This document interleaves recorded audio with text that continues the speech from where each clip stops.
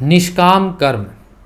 निष्काम कर्म वे कर्म हैं जो बिना किसी फल से प्रेरित हुए बिना या अपेक्षा किए बिना किए जाते हैं। ये निस्वार्थ और इच्छाहीन होने का कारण कर्म योग का मूल संदेश भी हैं। बिना किसी उद्देश्य और अपेक्षाओं के कार्य करना भी संभव हो सकता है जब अनासक्ति का अभ्यास किया जाए। आसक्ति सभी दुखों का मूल कारण है। इसीलिए सभी कार्यों को समाज और अंत में प्रभु की प्राप्ति समर्पण की भावना से ही किया जाना चाहिए, क्योंकि हमारे सारे कर्म के परिणाम तत्काल नहीं होते। जैसे कि आम काटने पर गुठली तुरंत निकलती है, परंतु उसी गुठली को आज बोने पर उसको पेड़ बनने और उस पर आम लगने में कई साल लग जाते हैं। इसीलिए अगर समाज निष्काम रूप से गुठली बोना छोड़ दे और भविष्य में किसी को आम खाने को ही नहीं मिलेंगे। तदुपरांत निष्काम कर्म बंधन में नहीं बांधता और मनुष्य के बंधन से मुक्त करके उसे मुक्ति के मार्ग की ओर ले जाता है। जिस प्रकार द्रौपदी ने कृष्ण की खून से बहे रहे उंगली को बांधने के लिए अपनी साड़ी का एक टुकड़ा फाड़ दिया था, और जो कि कई सालों बाद उनकी मर्यादा और सम्मान बचाने के लिए भगवान ने एक लंबी साड़ी बनाकर उसे 1000 गुना रूप में वापस लौटा दिया।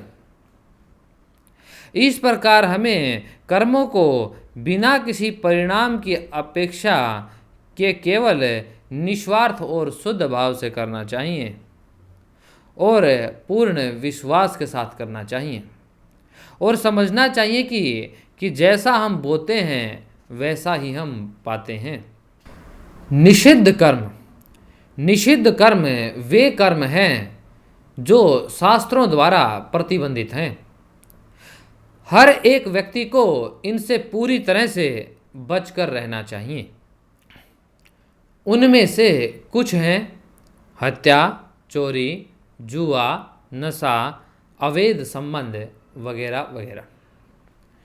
इन 6 प्रकार के कर्मों के उपरांत अलग अलग कारकों के अनुसार कर्म के अन्य कई प्रकार हैं, जैसे कि सात्विक कर्म, राजसिक कर्म, तामसिक कर्म, कायिक कर्म, मानसिक कर्म, सांघिक कर्म, कर्तव्य कर्म, नीति कर्म, स्रोत कर्म, स्मार्त कर्म, पौराणिक कर्म, विधायक कर्म, श्रेय कर्म, प्रियस कर्म वगैरह।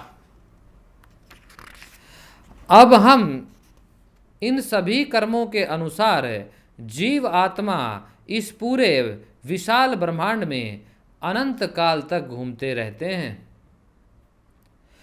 उनमें से कुछ को उनकी चेतना के स्तर और कार्मिक योग्यताओं के अनुसार ऊपरी लोकों और कुछ को निचले लोकों में भेज दिया जाता है। उन सभी लोकों के बारे में समझने के लिए आइए पहले समझते हैं ब्रह्मांड क्या है। आज हमने जाना कर्म के बारे में, और कर्म को विस्तार से जानने के बाद हमें समझ आया कि कर्म कितनी तरह के होते हैं, किस किस कर्म को करना चाहिए और कौन कौन सा कर्म निषेध है।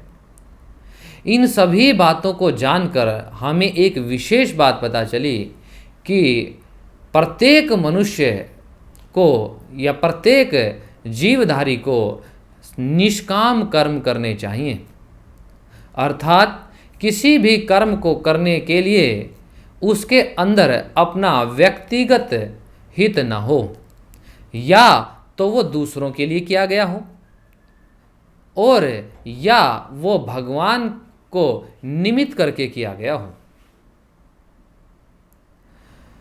तो उम्मीद है आपको यह अध्याय अच्छा लगा होगा।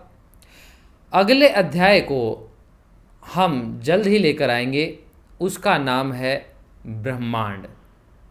तो इसी के साथ जय श्री राम।